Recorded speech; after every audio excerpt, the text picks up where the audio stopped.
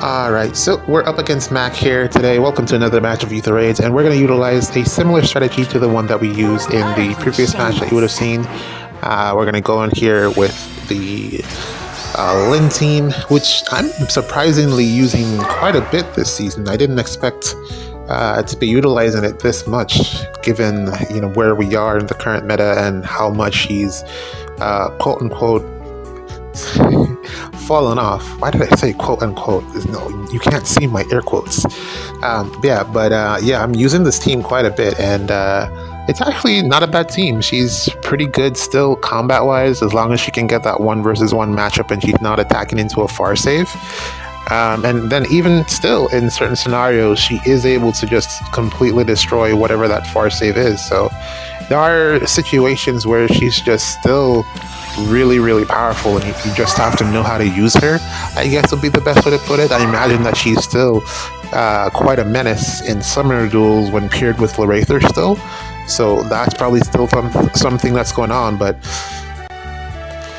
for where we are now, it's kind of surprising that she's still going and still as strong as, or as close to as strong as, how she was when she first came out. It's just more down to the fact that it's not really necessary to use her. But then there's situations like this where what else are you supposed to do?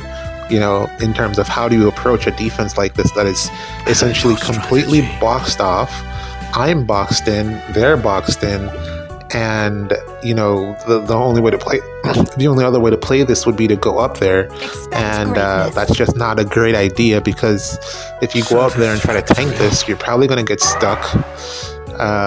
The frozen penalty from Rid still, I think, is a fantastic addition to his character design, his gimmick, because I don't believe frozen will fall off anytime soon. So as long as he is a source of that, he will always have a place in the game and be able to receive an ult or something that will reinvigorate or reintroduce Frozen into the game at some point or at some stage within the game's life cycle.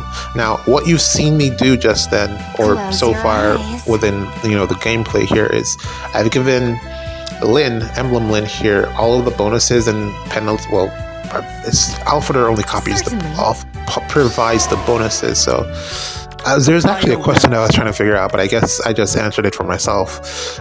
The Foresight Snare is actually a bonus, which is interesting. So I've given that to Lin, and what that means is that Camilla will come down, and there we go, fail.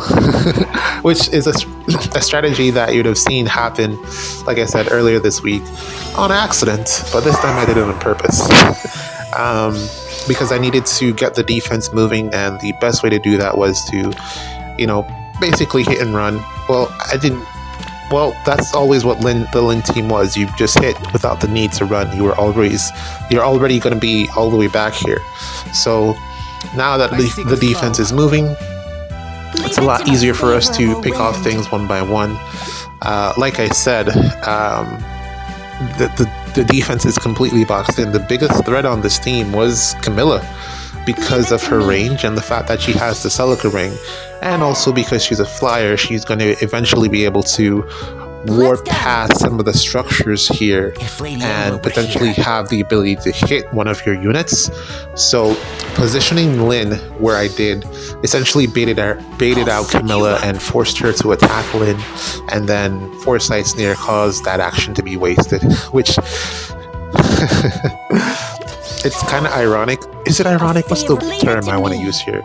Essentially, you didn't have to summon for Heimdallr, because if you have Ulfador, then you basically have Heimdallr, because he's basically just every bonus in the game. Like, you're just gonna have every bonus in the game once you have Ulfador. So copy that over, and he essentially, like I said before, counters Heimdallr in a sense, because whatever she's doing he can do too, except for the stall and stuff, because that's a penalty. But any bonus that she can provide, or any bonus that's going to be on the defense in general, you're just going to be able to copy them over to your unit.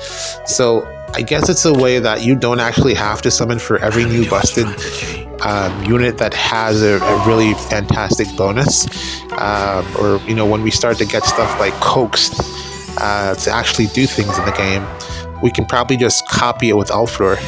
Like, I imagine that it's going to have more than one bonus in it. So when Alfredor is able to copy that, he can just provide that to someone else and make it work that way. So it's going to be an interesting time when we get to the stage where that's what we're looking at for the game. But the strategy works still. If the opposing team has a Heimdallr, you just need to run your Alfredor, and usually you should be good in terms of at least living the first onslaught, the first wave, and it's usually only one wave, depending on where you position your team to be able to tank. There are scenarios, though, where the strategy won't work.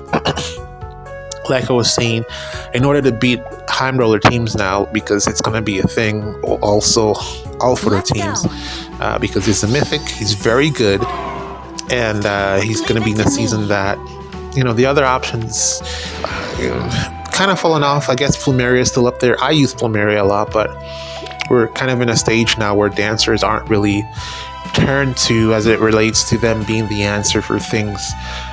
For player phase strategies, people just have a ton of actions from other sources, but I still highly value Plumeria and Peony. I think they're still fantastic because they're mythic dancers. But at some point, it is possible for them to be substituted out. Ooh, we don't get the KO there on Lynn. That's unfortunate. What's the plan?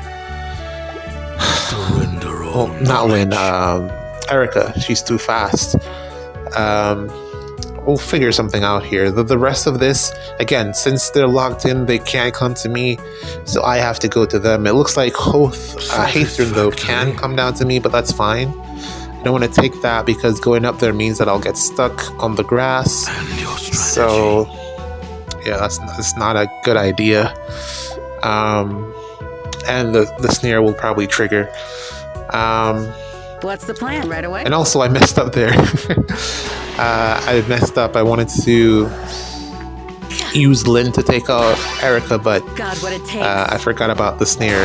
If Lynn was the one, Lynn probably would have won the speed check because it's been a couple of turns, so her speed taker would have, given her more speed. So far, it's turn 3, so we would have gotten a couple of stacks on that. Plus, she attacked a couple of times, so. But that was a mess up on my part. But at least we've moved her out of threat range, and we'll see how the defense moves after this, and who we can pick off from there. But should be good. Turn 3 should be able to finish this. I want to get that last pot as well, and then I don't know. We'll figure out the rest. But we have 2 units here with the Lin Ring, or the ability to attack from safety, and we have undefended. We have all the bonuses that the opponent has, just to figure out how to use them in a way that is beneficial. Again, the worst thing about Heimdallr is the stall, because a lot of my units here have +1 movement, so I'm getting stuck quite a bit, and it's really annoying. Maybe I should make it so that Micaiah is the unit that comes out, but man, that Emblem Micaiah is kind of yeah, I kind of just don't do a munch with her. She just doesn't really offer me the support that I need, or the firepower that I need, I guess. Micaiah would have probably gotten it now. Micaiah would have missed it because she wouldn't have been able to double. I don't know, man. Yeah, I just noticed, I think it was Joe that pointed out, attuned Micaiah's B skill is essentially just Discord and Panic. We will win. Which means that this stage you can actually swap it out for whatever you want. The Havoc skills, I think that's what he went with, are a great option. But I didn't even notice that. It was just Discord and Havoc. There's no true damage in there. It's just, like, you look at all of the preferential skills that we get these days, and they do so much. What's the plan? Even for the time that Attune Micaiah came out, we had, before that, we had Pathfinder from Aided Dagger. We had the Yunaka with her Yunaka stuff. There were better built passive skills than what they gave to the Micaiah. I guess that's really all she needs, a way to do debuffs and penalties, but I don't know, maybe they built her that way so that it could eventually be replaced. I still think maybe she wants Sabotage in there somewhere. I feel like that's probably the best debuff that she can have. But yeah, I was surprised. I didn't realize it was just those two things and some -5 to attack and rest. I didn't realize that it was so simple. So that's probably something that I will replace at some point, maybe for Occultist Strike or whatever the new version is, just to give her more damage output, because Micaiah definitely wants more damage output. True damage, however she can get it. That's always going to age well with her.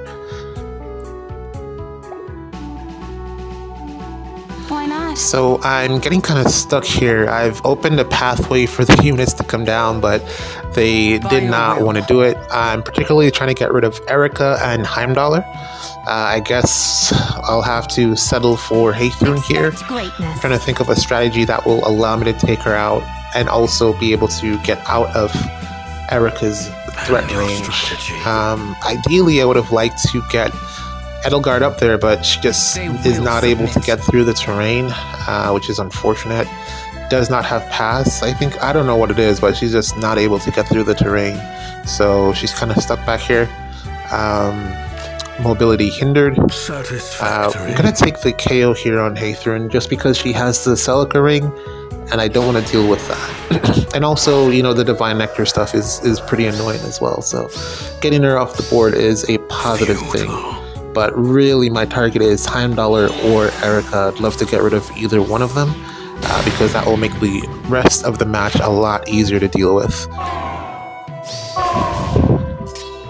Primarily because of the stall. I really, really hate the stall. It's so annoying. Having my movement limited to 1, it's really annoying. Which is weird, because having an extra movement is probably not the natural state of the game, but that's just where we are right now, and I'm just so accustomed to having it. It's just having negative of that is really, really bad. But yeah, we're going fine so far. 3 turns left, 4 units, 1 pot. Should be able to figure it out somehow. Just gotta keep going here. CYL is out. Voting is open. I have been voting for Ivy. I put a couple of votes, well, at least 1 vote on Tsubasa. I don't know, maybe I'll put some more there as well, but I didn't really see any, I didn't really see anything crazy in terms of, support this unit. I guess, well, I'm not on Twitter, maybe that's where the commotion is, but nothing really big. But I'm just going to keep voting for Ivy. I feel like it's her turn. I mean, come on, how many years is it going to take for her to win, But yeah, that's where my votes are going to be going. And then next year, I don't know, maybe I'll vote for Yunaka. I really tried to get Yunaka to win, but I don't think it's going to happen, especially with their ninja version that came out, kind of fell flat, in my opinion. And then a lot of units now are having a lot of that pass warp movement thing that she has, or a couple of units now. Well, a lot of units are just working around the map these days, and I guess you could say Yunaka was kind of the introducer of that, or in the current version of the meta. But yeah, I don't think she's going to win anytime soon. And I'm still using aided Yunaka to this day. She still is very, very good. But I don't know. I don't think there's going to be enough support behind her to get her to win. So I'm just going to go with Ivy. And then, I don't know, let's see. Maybe the last couple of days.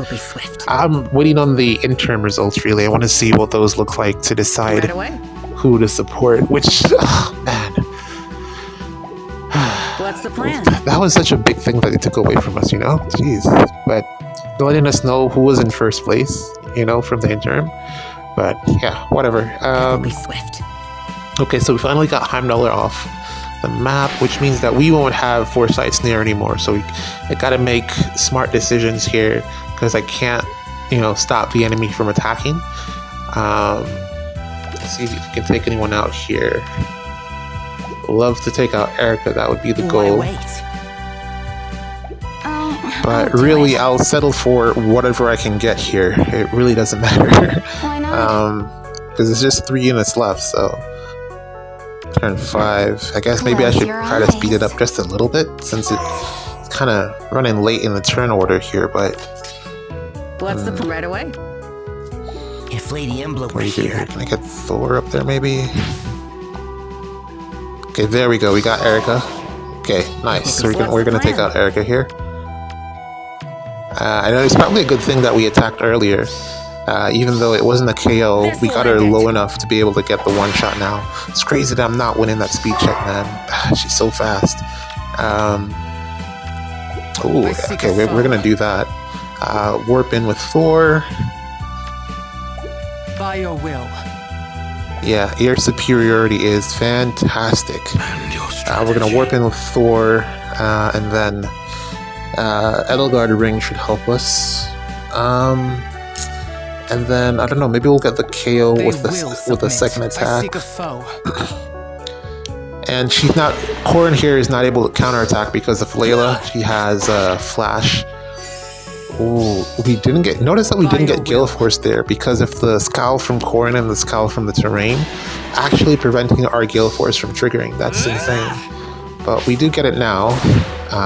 And Thor is like a Gale Force machine, so it's kind of insane that Corrin prevented the combination of Corrin plus the terrain prevented our Gale Force there. That's actually pretty insane. And then this should be good. Should be able to wrap everything up now. Turn 6. That's it. GG's. It's over. Pretty much done here. Just gotta figure out who to take out Jimbro with here because he is incredibly weak when he's by himself. Like, it's so surprising how weak he is when he's alone. Let's go. See, I'm pretty sure Lynn can do it. Yeah. Even Lynn was not able to scratch this guy earlier, but now that he's by himself, she can actually blow him up. It's really so bizarre how weak he gets when he's solo. Let's go. But yeah, we're gonna take him out and then call it a day. It's been this was a bit tougher than I anticipated, but still got the win, and that's all that matters in the end.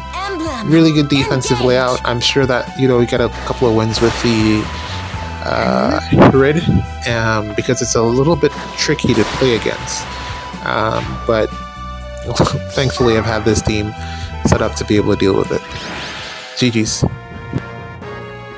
Alright, so here we go. Our second match of the day. We are going in with the Lynn team yet again because it seems the one most suited or most suitable for this particular layout.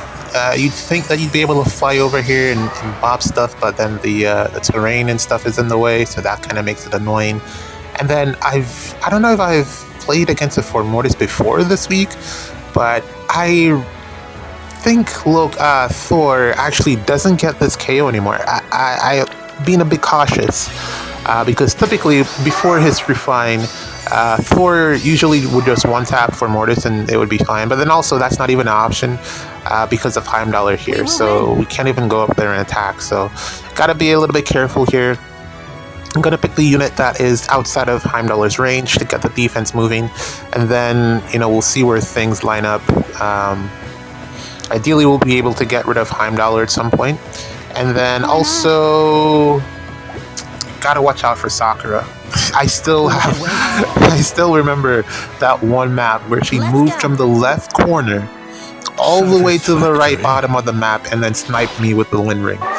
It was insane. Like I still remember that. So gotta look out for Sakura. Really sneaky unit. She'll sneak up on you and get a KO. But aside from that, we should be good, I think. So we're going to take the opening here on Golveg, and don't even get this for Mortis. And the thing is, I'm actually forgetting. I keep forgetting. Full Mortis has that end action thing, so you got to be careful about that, because your unit will get locked out if you fail to take him out. So yeah, got to play this a little bit more carefully than I normally would, and not just run all the way in and try to take everyone out. At the very least, there isn't too much offensive pressure here. So we got Veronica there. And then, got Heimdallr. Just not a lot of threatening units, so we can take our time and see where they end up.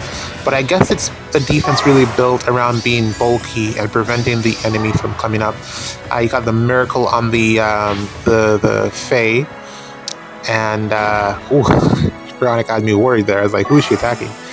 And then you got Myr there with the Warp Denial, which I'm copying actually with Alphador. So Alphador is copying the Warp Denial. Myr has the Celica Ring, so it's built for her to be able to warp in, but I don't really believe she's going to be getting very many KOs without some type of... There we go. Yeah, we don't get this. Yeah, this is...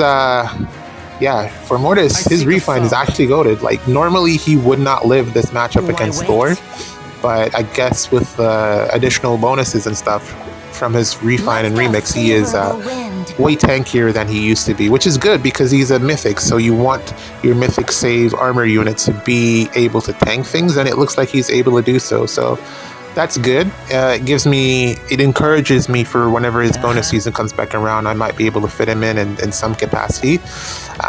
Granted, hopefully there's a new Armored Beast skill at that point, because you don't really want to be running Pavis. As good as it is, you want to run a damaging special. Or, him with Reflex, whatever the case may be. But it's a good refine. He's living Thor, at the very least. And Thor is not a bad unit. Thor is aging really, really well still. They're really going hard with Flyers. Even a full banner with Flyers recently. So, yeah, they're still pumping out new Flyer skills. And I think we'll be having those at least until September. So... we'll see what happens after that, but yeah, still a lot of improvement that can be added onto Loki still at this stage in the game. Trying to figure out who to take out here. This is kind of problematic because I'm worried about what Sakura will do. Like I said, Sakura is really problematic, and I have no way to really stop her, so I'm just trying to think of a way to stay out of her threat range potentially. I think taking out the Veronica here is the best play, and then I don't know, man. I don't know. We're gonna try to back off or something because it's turn 2, and starting turn 2, she gets her extra action thing, Sakura. So gotta be careful here and avoid her as best as possible. And also, I think I had to attack Veronica because For Mortis has the end action thing from Heimdallr because he's the farthest down.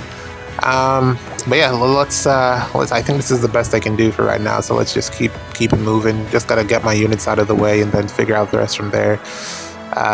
If anything, I'll put Alphador in front, or I'll just give the bonus status to we will win. Elm so that he can Foresight Snare if Sakura attacks. So again, using the Heimdallr bonus to our advantage here. So yeah, not much going on.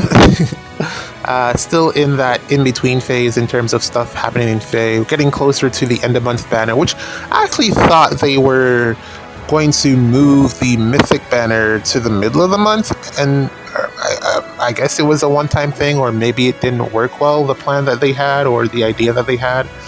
But I was surprised to not see. I was surprised that we didn't get, where we got that last banner. I thought that would have been the Mythic banner in that selection slot. But it's fine either way. I mean, I'm okay with it. It wasn't like the worst idea, I thought. Placement-wise for the banners, I didn't think it was the worst idea. So I thought they would have just continued with that.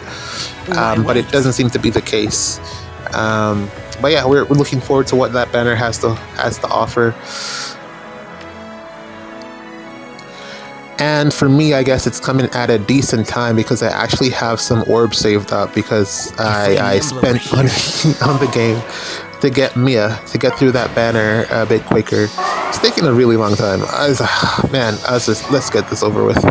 And I'm glad that I got that Mia. Like I said, she is fantastic. Mia is fantastic on defense. Very, very good. So don't sleep on her. I was gonna, initial thought was to, fodder her when, you know, ban a reaction and stuff, but in practice, it's actually a unit that I really needed for my defense. We're gonna take this. Let's attack this Fae here, and then we can get the Edelgard ball rolling. How am I gonna take out this Alphonse? Let's go. A favorable wind. Okay, we're gonna take out the Fae, and then oh man, I completely forgot about the Foresight Snare, so we're stuck here with Edelgard. Oh man, that I should have attacked Myr first. Okay.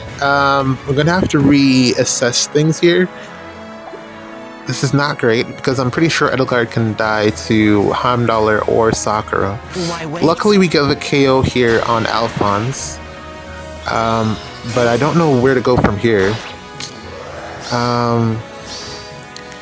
In terms of Edelgard, she can survive Myr and I think Fae. Probably for Mortis if it's just one hit. Even if it's two hit, I think she could survive, but I'm pretty sure those range units will take her out. So we're gonna have to play in a way that will lead us to be able to take out the range unit, the range threats. So gotta figure that out. Luckily we have Layla here who put down the undefended. Man, this Layla is still so good, and I kind of miss the Japanese voice lines, to be honest. I'm glad that the English voice lines are in, but I actually don't even notice them now when she's attacking. I always notice the Japanese because it stood out, because it's different. But the English, it's not bad or anything. It's just that everything else is in English, and I kind of just don't notice when she starts talking. I was, what's this? Whereas the Japanese is more of a, you know? Not that I even knew what she was saying. It's good that I know what she's saying now. I at least know what she's saying now, at the very least. But yeah, just Layla is still goated. I wish I could upgrade her weapon, but I find still that the Brave Dagger is fantastic. I was hoping to be able to warp beside Heimdallr because I want to go up to that side and pick off both her and Sakura, but I'm not able to warp there, unfortunately. I thought I would, but unfortunately I'm not. So I'm gonna have to figure out something else. I think this is probably the best play, and then I can Lin Ring with Layla and take out one of the two units. I think that's probably gonna have to be the play. One of the two ranged threats. And then, we get this now. Okay. Alright, so Thor is in business. Was it the debuffs? I wonder what caused that. Interesting. Hopefully we get to see more for Mortises, for Mortai. Just to be able to test out this matchup some more, because he is interestingly bulky. And also, man, again, Layla, fantastic one shot. Okay, Layla again, fantastic unit because Flash, still valuable, man, still very valuable in comparison to the Dimitri, who kind of lays down similar bonus debuffs, except he doesn't do the Flash. He has a sweep effect for himself. But look, Layla being able to give that out, plus on top of that being a ranged unit that can run the Lin Ring, her value is just still immense for me. And I highly, highly love, rate, appreciate being able to run the Brave Dagger on her. It's one of the last inheritables that we got. At some point, I'm pretty sure we'll get a rearm dagger that's Brave. I think they'll definitely do that, and it's going to be OP. It's going to be very powerful, which again, like I said, is one of the reasons why they stopped giving out these Tempestral GHB Grail units, because they just could not keep up with the power creep with the weapons there. Plus, on top of that, it really devalued the Tempestral and Grail units. Really devalued the rearmed units in terms of what they brought to the game weapon-wise. There was no reason to really pull for one of the rearm units and use their weapons, because their weapons 9 times out of 10, or at least recently, just were not as good as what we were getting from the Grail units. So I understand to some extent IS's decision in getting rid of that as an option. Alfador here will eat a hit from May. What am I saying? Not May. Faye. Let's go. Myrrh. Worst case scenario, but we're going to take her out. What I'm going to do is put down the ice. I think we're going to leave Heimdallr for last. Howl. And we're going to take out Sakura. Because she is the most problematic unit. In terms of the options, she was the most... Well, I already took her out, but she was the most problematic. And then we're going to set up to get the pots, and then that should be that. A lot more difficult than this initially started out. It was challenging to begin with, but it got even tougher when they came down, and then I misplayed there. And big shout outs to Elm being able to take out Alphonse, because I had no options there. Like, he was the only one who could do it, and it was because of the desperation from... does Alphonse have Party Bearing? No, he doesn't. Okay. Yeah, it was because of the desperation from Lyn. He won the speed check, which means he was able to hit 4 times because of Erica Ring, and then it took him 3 hits to take out Alphonse, which untransformed, nimble beast. Yeah, that was very impressive from Elm, because I'm pretty sure if Alphonse was able to counterattack and hit the Brave, it was 99 times 2 from the forecast from that Alphonse, so Elm would probably have died. So, desperation from Lyn. This team actually seems like it makes some sense this week with Edelgard being there. Close your What's the eyes. next rotation? It's gonna be the Flyers, right? Yeah, so I'm definitely gonna bring... Well, she's the only... Well, I have Minerva. Reflex versus Frozen. What's the plan? There's a clear winner there, so I'm probably gonna bring Mia for the next bonus set.